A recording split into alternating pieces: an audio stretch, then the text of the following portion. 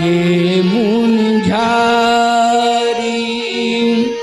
ओम करन लागे मुंझारी ओम करन लागे मुंझारी ओम करन लागे मुंझारी ओम करन लागे मुंझारी ओम करन लागे मुंझारी ओम करन लागे मुंझारी आप रहे मत की रखवारी आप रहे मन की रखवारी आप रहे मत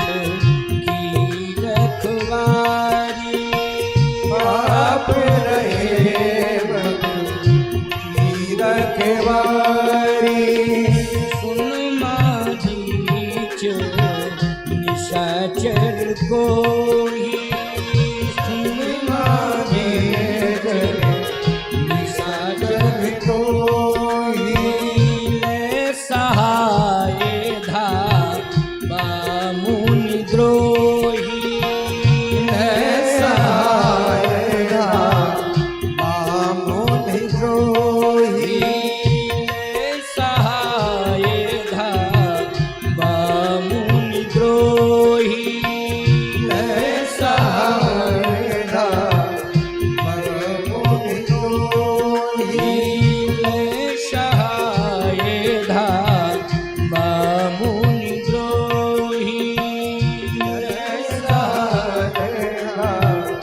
बामुनि द्रोही ले सहाय धा बामुनि जैसे यज्ञ प्रारंभ हुआ, कानों में आवाज पहुंची स्वाहा और धुआं उड़ा। उसी समय मारीच ने कहा सुबाहु तैयार हो जाओ, आक्रमण। मारीच और सुबाहु ये ताड़का के दोनों बेटे हैं। एक तो मां मरी, क्रोध है, और फिर पता चल गया कि मां को जिन्होंने मार डाला है वही तो आए हैं, चैलेंज दे रहे हैं, यज्ञ करके चैलेंज दे रहे हैं मुझे। मारीच ने सुबाहु से कहा तैयार हो जाओ, आक्रमण। मारीच और सुबाहु तैयार हो गए, सेना भी तैयार हो। देखो भाई, सेना बहुत बड़ी सेना है, छोटी छोटी नहीं है। अच्छा बोलो, विश्वामित्र जी के यज्ञ की रक्षा में कितने लगे हुए हैं? केवल 2 ही तो लगे हैं, भगवान राम और लक्ष्मण, तीसरा कोई नहीं है, केवल भगवान राम और लक्ष्मण। यहां मारी सुबाहु सेना, विशाल संग्राम की संभावना लग रही है कि लगता है कि इतना विशाल संग्राम होगा कि हम लोग उस संग्राम को देख नहीं पाएंगे, कैसे बर्दाश्त करेंगे। लेकिन नहीं नहीं प्यारे, परमात्मा दिखाई नहीं देता है आपको, लेकिन ये सत्य है कि परमात्मा ही सब कुछ कर रहा है। दिखाई नहीं दे रहा है, अदृश्य है वो, लेकिन कर तो वही रहा है। सावधान, कितनी विशाल भुजाएं हैं उसकी कि पूरा ब्रह्मांड उसकी भुजाओं में, पूरा ब्रह्मांड उसकी भुजाओं में है। इसलिए वज्रादपि कठोराणि मृदून कुसुमादपि, वज्र से भी ज्यादा वो कठोर है और पुष्प से ज्यादा कोमल है। राक्षसों के लिए वो वज्र से ज्यादा कठोर है और भक्तों के लिए वो पुष्प से ज्यादा कोमल है। यही है राम का रामत, भक्तों के लिए तो पुष्प से ज्यादा कोमल है। आप तो भक्त बनो, भक्त बनोगे तो भगवान की कोमलता का अनुभव हो जाएगा। भक्त बनना पड़ेगा। मारीच सुबाहु जैसे ही आक्रमण करने के लिए दौड़े, लक्ष्मण जी ने कहा भैया सेना भी आ रही है पीछे। भगवान राम ने कहा तुम चिंता मत करो, देखो भ्रकुटी विलास सृष्टि लय होई, चिंता करने की आवश्यकता नहीं है। मेरे देश को परमात्मा संभाल रहा है, इसलिए चिंता नहीं करना है, घबराना बिल्कुल नहीं है, घबराने की आवश्यकता ही नहीं। देश को भगवान संभाल रहे हैं, भगवान के हाथों में हमारा देश है, इसलिए हमारा देश विश्व गुरु है, क्योंकि भगवान ने अपने हाथों में लिया है। तो बोलो हमारा देश क्या बन गया? विश्व गुरु बन गया। और हमारे देश को संभालने का भगवान संभाल रहा है, इसका प्रमाण भी है, क्योंकि हमारा तिरंगा झंडा इस बात का प्रतीक है कि इसे भगवान संभाल रहा है। आप कहोगे महाराज स्पष्टीकरण नहीं हो रहा है, तिरंगा झंडा से भगवान का दर्शन और भगवान के दर्शन की अनुभूति कैसे करें? तो समझना मेरी बात को जरा। तिरंगे झंडे में 3 रंग हैं, गौर से सुनना।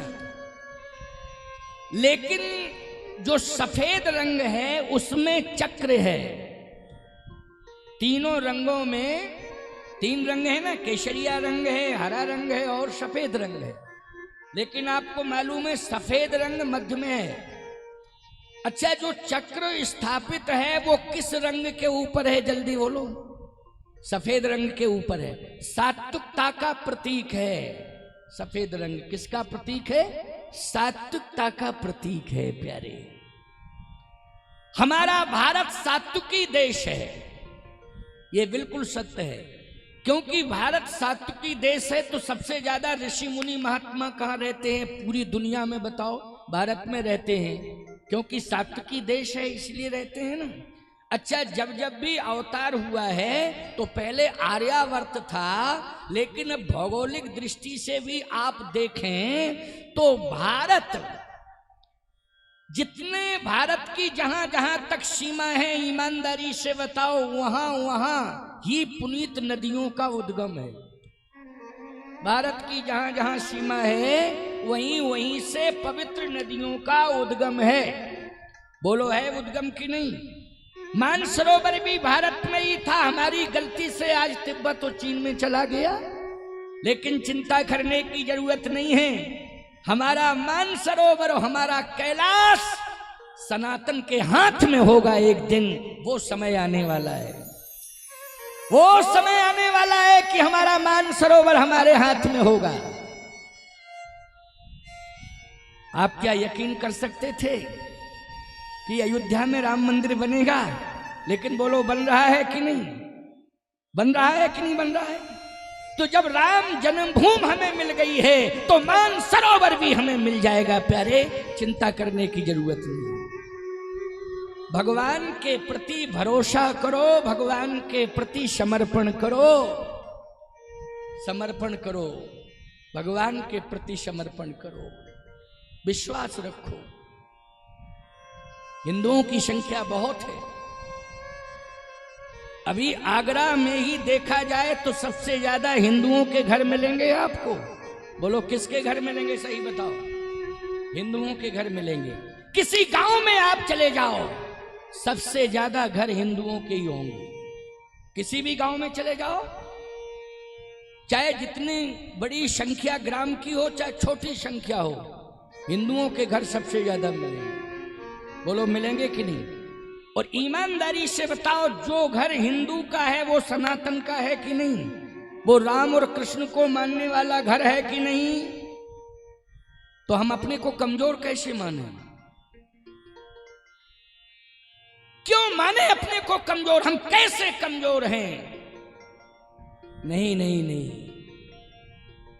हम केवल अभी उदासीन भाव में रहते थे, हम सुसुप्ति अवस्था में रहते थे। लेकिन आज भगवान श्री राम ने हनुमान जी महाराज को प्रेरणा दी कि हिंदुओं को जगा दो जगा दो जगा दो, तो हनुमान जी के पवन के वेग ने हर घर के हिंदू को जगा दिया है। इसलिए अब हम कमजोर नहीं हैं, हम सहजोर हैं। हनुमान जी के वेग ने, पवन के वेग ने बोलो हर हिंदू को जगा दिया। सो रहा था लेकिन पवन के वेग ने जगा दिया, हिंदू जाग गया है। घबराने की आवश्यकता नहीं है, चिंता करने की आवश्यकता नहीं है। हर घर के हिंदू को विश्वस्त हो जाना चाहिए और भगवान की कृपा पर भरोसा करना चाहिए। और मैं तो कहता हूं कि ये चित्रकूट धाम आगरा, जिसको आप लोग अपनी भाषा में कोठी मीना बाजार कहते थे, हम तो चित्रकूट धाम कहते हैं भाई, क्योंकि हम चित्रकूट से आए हैं। तो चित्रकूट धाम पहले से ही चर्चित था। आध्यात्मिक क्षेत्र में बोलो इसका नाम क्या था? राजस्व रिकॉर्डों में कुछ भी नाम हो, लेकिन आध्यात्मिक रिकॉर्ड में आगरा के मध्य का ये स्थान चित्रकूट धाम। तो हम चित्रकूट धाम से आए हैं, चित्रकूट धाम है। आज ये चित्रकूट धाम की राम कथा और यज्ञ समस्त हिंदुओं की तरफ से राष्ट्र कल्याण के लिए समर्पित है, राष्ट्र कल्याण के लिए समर्पित है। राष्ट्र से बड़ा कोई राजनीतिक दल नहीं है प्यारे, बोलो है राष्ट्र से बड़ा हो तो बता दो। राष्ट्र सर्वोपरि है, इसलिए हम राष्ट्र के हैं और राष्ट्र को सुरक्षित रखेंगे और राष्ट्र के प्रति हमारा समर्पण होगा और राष्ट्र के लिए ही जिएंगे। और राष्ट्र पर जब आंच आएगी तो राष्ट्र के लिए हम मरेंगे, प्राणों की आहुति देंगे, लेकिन राष्ट्र को हम सुरक्षित रखेंगे, राष्ट्र को हम सुरक्षित रखेंगे।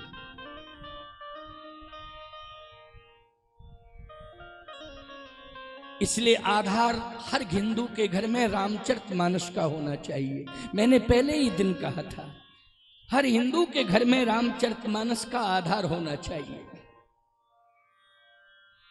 वो गलती कर रहा है हिंदू जो रामचरितमानस की चौपाइयों को गलत तरीके से पेश कर रहा है, उसके अर्थ गलत तरीके से कर रहा है। वो हिंदू गलत कर रहा है, बहुत बड़ी भूल कर रहा है, उसे परिवर्तन कर लेना चाहिए। रामचरितमानस ग्रंथ को हर हिंदू को प्राण समझना चाहिए, इसलिए घर घर में रखो और प्राणों से ज्यादा प्यार करो रामचरितमानस।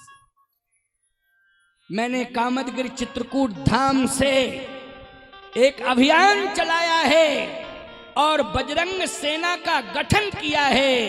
इस भारत में रामचरितमानस को राष्ट्रीय ग्रंथ घोषित कराऊंगा, ये संकल्प है, ये डिमडिमनाद है।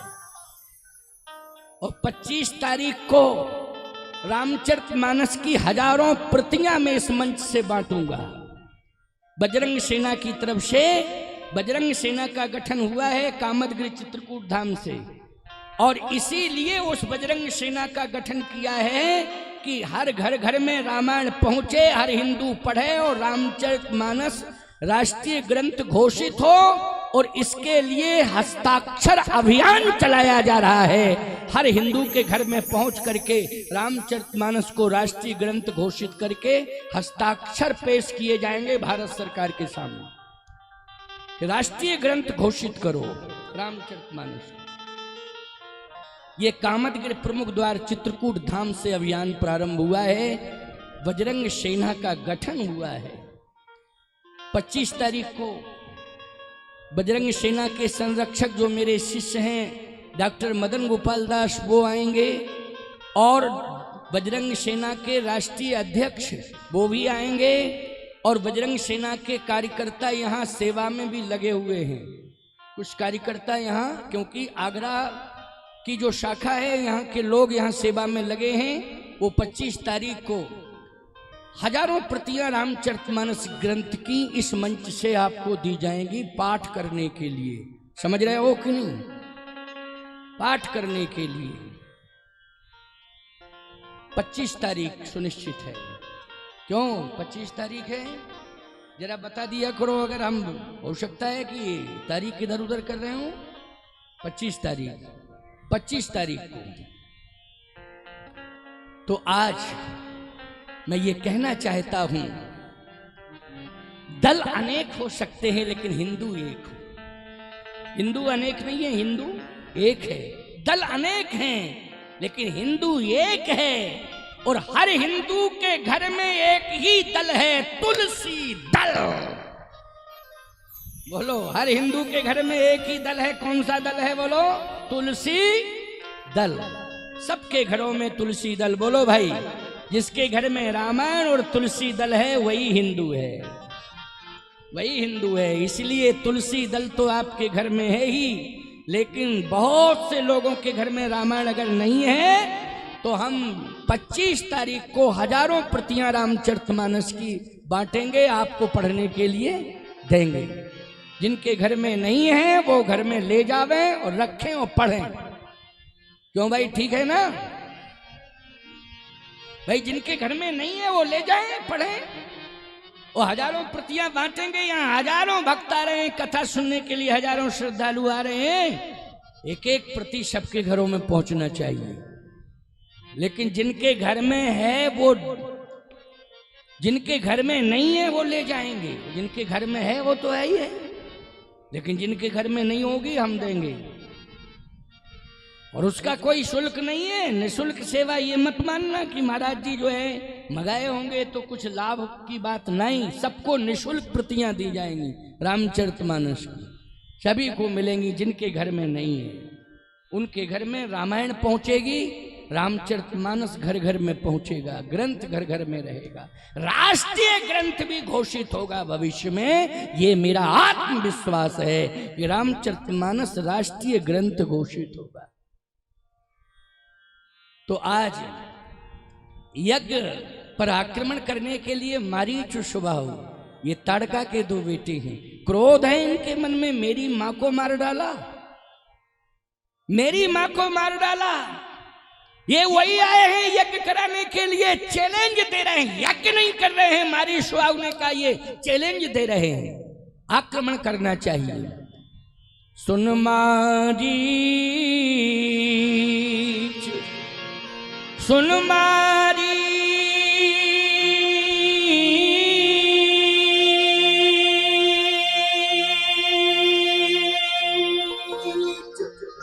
निशाचर को ही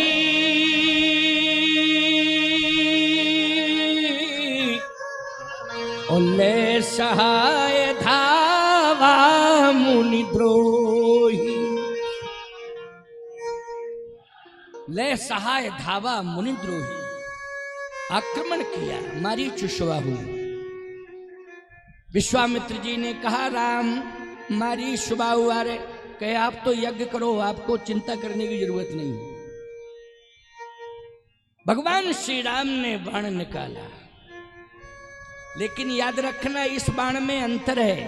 ताड़का के लिए जो बाण निकाला था उस बाण में और मारीच के लिए जो बाण निकाला इसमें अंतर है। क्या अंतर है? ताड़का के लिए जो बाण निकाला था उसमें फण था, और मारीच के लिए जो बाण निकाला उसमें फण नहीं है। फण होता है ना आगे, वो फण नहीं है। बिन फर बाण राम तहि मारा, बिन फर बाण राम तहि मारा, और सत जो जन का सागर पारा। बिना फल का बाण। अच्छा भाई, फल की जरूरत थी, बिना फल का बाण क्यों दिया? यज्ञ में जो समर्पण करे, जो श्रद्धा रखे, यज्ञ के प्रति विश्वास रखे, यज्ञ को माने, भगवान उनको फल देगा। कि जो यज्ञ को ना माने उन्हें फल देगा भगवान। मारीच जो है यज्ञ का विरोधी बन करके आया है, तो उसे फल कैसे मिलेगा? आप कहोगे महाराज फिर बिना फल का बाण अगर मारीच के दिया था तो सुबाहु के भी बिना फल का बाण देना चाहिए था। लेकिन सुबाहु के लिए तो अग्नि बाण का प्रयोग किया। पावक सर सुबाहु पुनि मारा, यहां अंतर है। और बहुत सुंदर बात हम बता रहे हैं आपको, बहुत बढ़िया बात, अंतर बताते जा रहे हैं, सुनते जाना। हाँ भाई, पानी देते रहो, प्यास तो लगेगी, लेकिन थोड़ा सा मर्यादित ढंग से सभी पानी लें। ये ना हो कि पानी के चक्कर में एक दूसरे के लिए थोड़ा सा संतुलन बिगाड़ने की भूमिका बनने लगे कहीं। इसलिए आराम आराम से दिया जाए और पीछे वालों का भी ध्यान रखा जाए। और पानी भी पीते जाओ, क्योंकि गर्मी का टाइम है। हम ये तो नहीं कहेंगे कि पानी नहीं पियो, पानी पियो, लेकिन पानी पीने में थोड़ा सा मर्यादा का ध्यान रखना है कि हम लोग कहीं कथा में व्यवधान पैदा न कर दें। इस बात का ध्यान रखना है, कथा में कोई व्यवधान नहीं आना चाहिए। बड़े प्रेम से, शांति से जल को स्वीकार करें। बिना फर का बाण मारीच को दिया और अग्निबाण सुबाहु को। तो बिना फण का बाण मारीच को और अग्निबाण से सुबाहु, अरे बिना फर का बाण सुबाहु के ऊपर भी प्रयोग कर दिया जाना चाहिए था। इसका कारण आध्यात्मिक है और इसका आध्यात्मिक अर्थ भी है, क्योंकि हमारे यहां आध्यात्म में एक प्रतीकवाद भी है। प्रतीक, कौन पात्र किसका प्रतीक है। जैसे भगवान राम किसके प्रतीक हैं? बोले मर्यादा के प्रतीक हैं। बोलो है कि नहीं? बोले रावण किसका प्रतीक है? बोले मोह का प्रतीक है। कुंभकर्ण किसका प्रतीक है? बोले कुंभकर्ण है अहंकार का प्रतीक। अच्छा भैया एक बात बताओ, तो मारीच किसका प्रतीक है? बोले मारीच है दोष का प्रतीक। तो सुबाहु किसका प्रतीक है? बोले सुबाहु है दुख का प्रतीक। अच्छा एक बात बताओ, दोष को मारा जाता है कि दोष को दूर किया जाता है? दूर किया जाता है, ये नियम है। दोष यदि आ जाता है तो उसे मारा नहीं जाता है, उसको दूर किया जाता है। अच्छा, दुख को दूर किया जाता है कि दुख को समाप्त किया जाता है? दुख को समाप्त किया जाता है, दुख का अंत किया जाता है। सीधी सी बात है। तो मारीच को जैसे रावण को दोष का, रावण को मोह का प्रतीक माना गया है, वैसे ही मारीच को दोष का प्रतीक माना गया है। अब एक प्रमाण है कि रावण को मोह का प्रतीक कैसे माना। मोह की उत्पत्ति 10 स्थानों से होती है। 10 स्थानों से मोह की उत्पत्ति होती है। कौन कौन स्थान है? देखो मैं गिना रहा हूं। जननी जनक बंधु सुत दारा, तन धन भवन सुहृद परिवार। ये 10 नाम बताए हमने और 10 स्थान बताए। जननी जनक बंधु सुत दारा, तन धन भवन सुहृद परिवारा। अब आप कल्पना करो, विचारवान श्रोताओ विचार करो, रावण के सिर कितने हैं? जल्दी बोलो।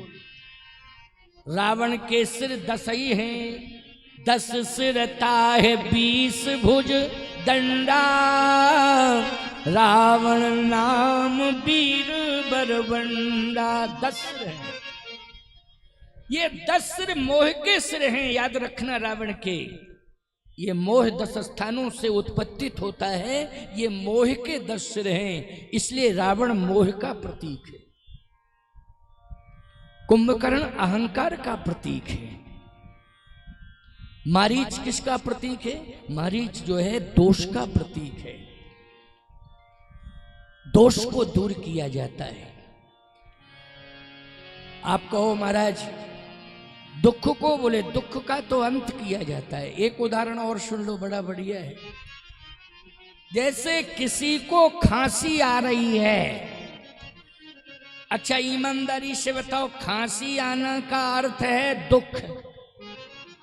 खांसी आने का अर्थ हुआ दुख है। लेकिन मैं आपसे पूछना चाहता हूं, ये खांसी दूर कैसे होगी? ये खांसी मिटेगी कैसे? इसको दूर नहीं करना है, बल्कि इसको तो नष्ट करना है। अगर ये खांसी बढ़ती रहेगी तो हो सकता है टीबी जैसी बीमारी भी हो सकती है, हमारे फेफड़े प्रभावित हो जाते हैं। खांसी को समाप्त करना है अब आप कहोगे ये दवा से समाप्त होगी। अच्छा भैया, दवा आपने कराई, इलाज कराया आपने, तमाम डिस्पेंसरियों पर आप गए, तमाम डॉक्टरों से आप मिले, रुपया पैसा बहुत खर्च हुआ, लेकिन खांसी नहीं मिटी। अब जब खांसी नहीं मिटी तो आपको विश्वास हो गया है कि अब तो निश्चित है कि प्राण ही जाएंगे, सीधी सी बात, क्योंकि कोई डॉक्टर कोई औषधि इस खांसी को ठीक ही नहीं कर पा रही। ये खांसी जो है मुझे ले जाएगी। लेकिन हमें ये विचार करना है कि ये खांसी जा क्यों नहीं रही है। जब इलाज करवा लिया है फिर भी नहीं जा रही है, कारण ये है कि हमारे अंदर एक दोष है। जब तक वो दोष दूर नहीं होगा तब तक खांसी रूपी दुख का अंत नहीं होगा। कौन सा दोष है? एक आदमी हमसे कहता है, महाराज जी अब खांसी हमारी कोई डॉक्टर ठीक नहीं कर पाया, पैसा बचा नहीं, अब तो आप आशीर्वाद दो कि भगवान मुझे उठा ले। हमने कहा हम जमराज के सेक्रेटरी हैं क्या, फालतू की बात करते हो? मेरे पास चले आए हो कि महाराज अब तो भगवान मुझे उठा ले, ऐसा आप आशीर्वाद दे दो, क्योंकि अब कुछ बचा ही नहीं, रुपया पैसा सब चला गया, खांसी दूर नहीं हुई। मैंने कहा कि तुम करते क्या हो? बोले महाराज जी नींद नहीं आती है, रात भर बैठा रहता हूं, क्योंकि खांसी के कारण सो ही नहीं पाता हूं, और क्या करता हूं, कमजोर इतना हो गया हूं कि कुछ काम बनता नहीं है, कर ही नहीं पाता हूं, बैठा रहता हूं, रात भर बैठा रहता हूं। मैंने कहा रात भर बैठे रहते हो तो तुम्हें दुख तो बहुत है। हमने कहा तो करते क्या हो? सुंदर कांड पढ़ते हो कि हनुमान चालीसा पढ़ते हो कि राम राम जपते हो? आखिर कष्ट में जब व्यक्ति होता है तो या तो सुंदर कांड या हनुमान चालीसा, नहीं राम ही राम कहता है। क्या कहते हो? राम राम कहते हो कि हनुमान चालीसा पढ़ते हो, सुंदर कांड? बोले महाराज ना राम राम कहता हूँ, ना सुंदर कांड पढ़ता हूँ, ना हनुमान चालीसा पढ़ता हूँ, चारपाई पर रात भर बैठा बैठा बीड़ी पीता रहता हूँ। अच्छा ईमानदारी के साथ बताओ ये खांसी जिंदगी में दूर हो पाएगी? बोलो भाई। ये बीड़ी पीने वाला दोष अगर बना रहा तो खांसी रूपी दुख का अंत होने वाला नहीं है, और बीड़ी पीने वाला दोष अगर दूर हो जाए तो खांसी रूपी दुख का अंत अपने आप हो जाएगा प्यारे। इसमें ज्यादा प्रयास करने की जरूरत नहीं पड़ेगी। तो पहले हम अपने जीवन के दोषों को दूर करें, जितने प्रकार के दुख हैं उनका अंत अपने आप हो जाएगा। हमारे दोषों के कारण ही हमारे जीवन में दुख हैं, इसलिए हमें आज संकल्प लेना है कि दोषों को दूर करना है। किसको दूर करना है? बोलो भाई। दोषों को दूर करना है। और रामचरितमानस आज दोषों को दूर करने का एक सुंदर आचार संहिता के रूप में ये दिव्य ग्रंथ हमारे बीच में है, दोषों को दूर करने के लिए। सुनिए, इस पर चलिए, दोष दूर हो जाएंगे। दोष दूर हो जाएंगे तो दुख का अंत अपने आप हो जाएगा।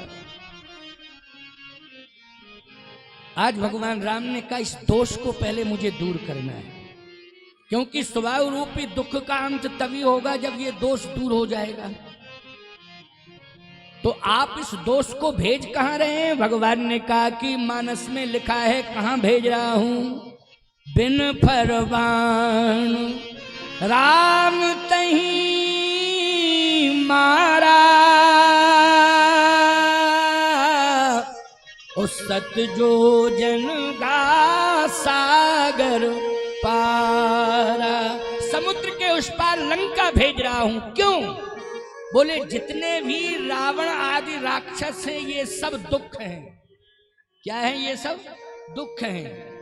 इसलिए इन दुखों का अंत करने के लिए पहले मैंने दोष भेजा है और बाद में मैं इन दुखों का अंत करूंगा। इसलिए मैं दोष को लंका भेज रहा हूं, क्योंकि दुख का अंत करना है तो दोष आएगा तभी दुख का अंत होगा। बोलो भाई।